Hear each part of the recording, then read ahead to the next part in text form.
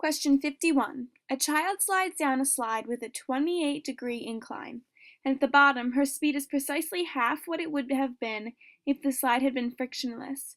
Calculate the coefficient of kinetic friction between the slide and the child. This problem presents us with very little information, so first we need to start off with finding out what we know. So we can draw the diagram of the child sliding down the 28-degree incline. We can draw a motion diagram and a free body diagram for the child. We can also say that our speed without friction is going to be equal to 2 times the speed with friction. So first we are going to draw the slide as if it were frictionless. Using our free body diagram, we can see that the force of gravity on the x is equal to force of gravity times cosine 62. We can use this information and the idea of all the forces on x is equal to mass times the acceleration to find the acceleration of a for the frictionless slide. Now we know that the force of gravity is equal to mass times gravity.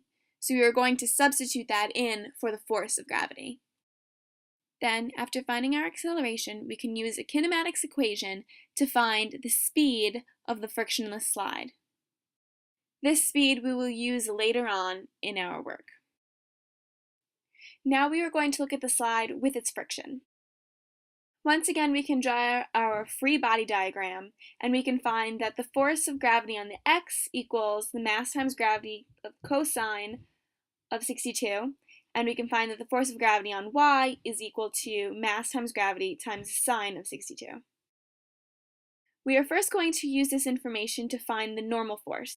Given the equation of all of the forces on the y is equal to mass times acceleration on the y, we can find that the normal force is equal to mass times gravity times the sine of 62. We can then use the normal force and the equation to find the coefficient of friction to find our friction force. We will find that our friction force is equal to coefficient of friction times the mass times gravity times sine of 62. We will then use this information along with the formula all of the forces on the x is equal to mass times the acceleration on the x to find the acceleration of the friction slide. Then after finding the acceleration, we will use the same formula that we did before with the frictionless slide to find the velocity or speed of the child on the friction slide. Then using our equation that the velocity of the frictionless slide is equal to 2 times the velocity of the friction slide, we will be able to find out that our velocity squared of the frictionless slide is equal to 4 times the velocity of the friction slide. Then we will use that information to plug in both of the velocities and find our coefficient of friction.